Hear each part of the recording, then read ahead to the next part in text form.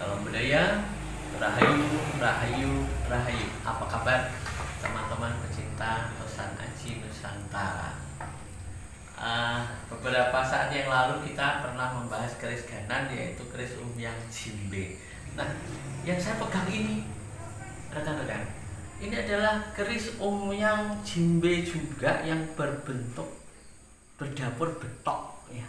Betok itu keris gemuk, relatif pendek, namun ini tidak pendek, ini besar, panjang. Ya, ini termasuk adalah umyang Wanara Nada. Nah, ini adalah dapur yang cukup unik, ya. Di samping kerisnya panjangnya lebih dari 40 cm, di sini dipatrikan ganan berupa kera kembar. Ini bentuk kera, kemudian di sini ekornya menjuntai ke atas. Yang satu juga seekor kera sedang menadahkan tangan, ekornya menjuntai ke atas membentuk keris betok itu sendiri. Nah, keris ini, bentukan dari ekor ini juga merupakan keris keseluruhannya. Nah, di sini ada huruf Jawa yang dipatrikan yang berbunyi Wanara Seta. Di sebaliknya juga dipatrikan berbunyi Wanara Seta. Yang dimaksud adalah kera putih kembar dua. Di situ kita sebut sebagai dapur umyang Wanara kembar, bukan umyang jimbe lagi ya. Nah, sekali lagi bahwa keris seperti ini ya bisa didaya gunakan oleh masyarakat kita sebagai keris gaib, ya, keris yang berdaya gaib. Contohnya ada sebuah cerita konon ada seseorang yang terlilit hutang yang sangat besar, ya, ratusan juta sampai miliar, kira-kira demikian. Di tengah-tengah keputusasaannya, dia mendapatkan sebuah konsep dari seseorang atau berita-berita selentingan mengenai keris Wanara Nada yang secara komplit namanya keris umyang Wanara Nada Arto. Apa artinya itu?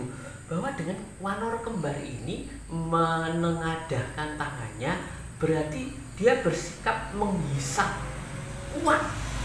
Ada loh fenomena seperti itu di tengah-tengah masyarakat kita, bisa menghisap uang. Tujuannya apa? Tujuannya agar uang gaib itu bisa terkumpul banyak sekali dalam suatu kotak atau wadah tertentu yang dirituali oleh spiritualisnya. Misalnya modalnya 10 juta bisa menjadi miliar. Nah, itu hanya merupakan fenomena loh ya. Ini saya tidak melakukan hal itu, tidak. Namun di tengah-tengah masyarakat kita, saya juga sering baca artikel di majalah misteri atau di berita-berita seputaran berita nasional, itu ada yang melakukan itu, melakukan mahkar atau menggandakan uang karena keberadaan dia yang tersudut oleh pinjaman, sehingga keris Wanara kembar Nada Arto ini bisa menjadi sarana gitu untuk mendatangkan uang secara gaib juga. Wallahu a'lam bishawab, saya tidak tahu mereka berhasil atau tidak. Namun itu yang saya sampaikan, salah satu misteri dari keris itu bisa dipakai dengan hal-hal yang seperti itu.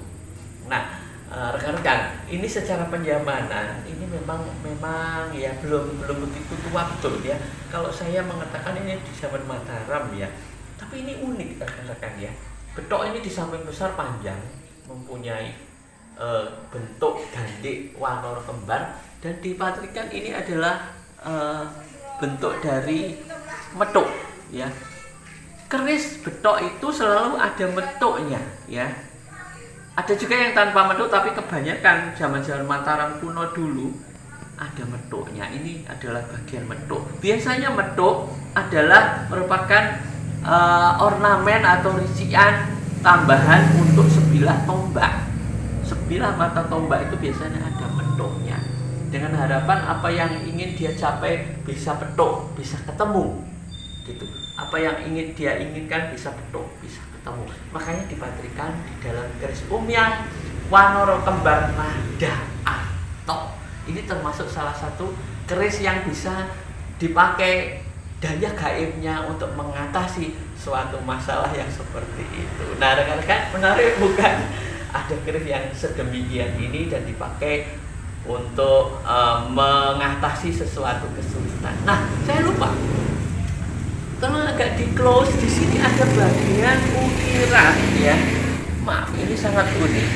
Ukirannya persis seperti tokoh Sun Gokong dalam cerita legenda Cina mencari kitab ke barat itu, dengan ada tongkat emasnya di sini. Nah, seperti itu ya.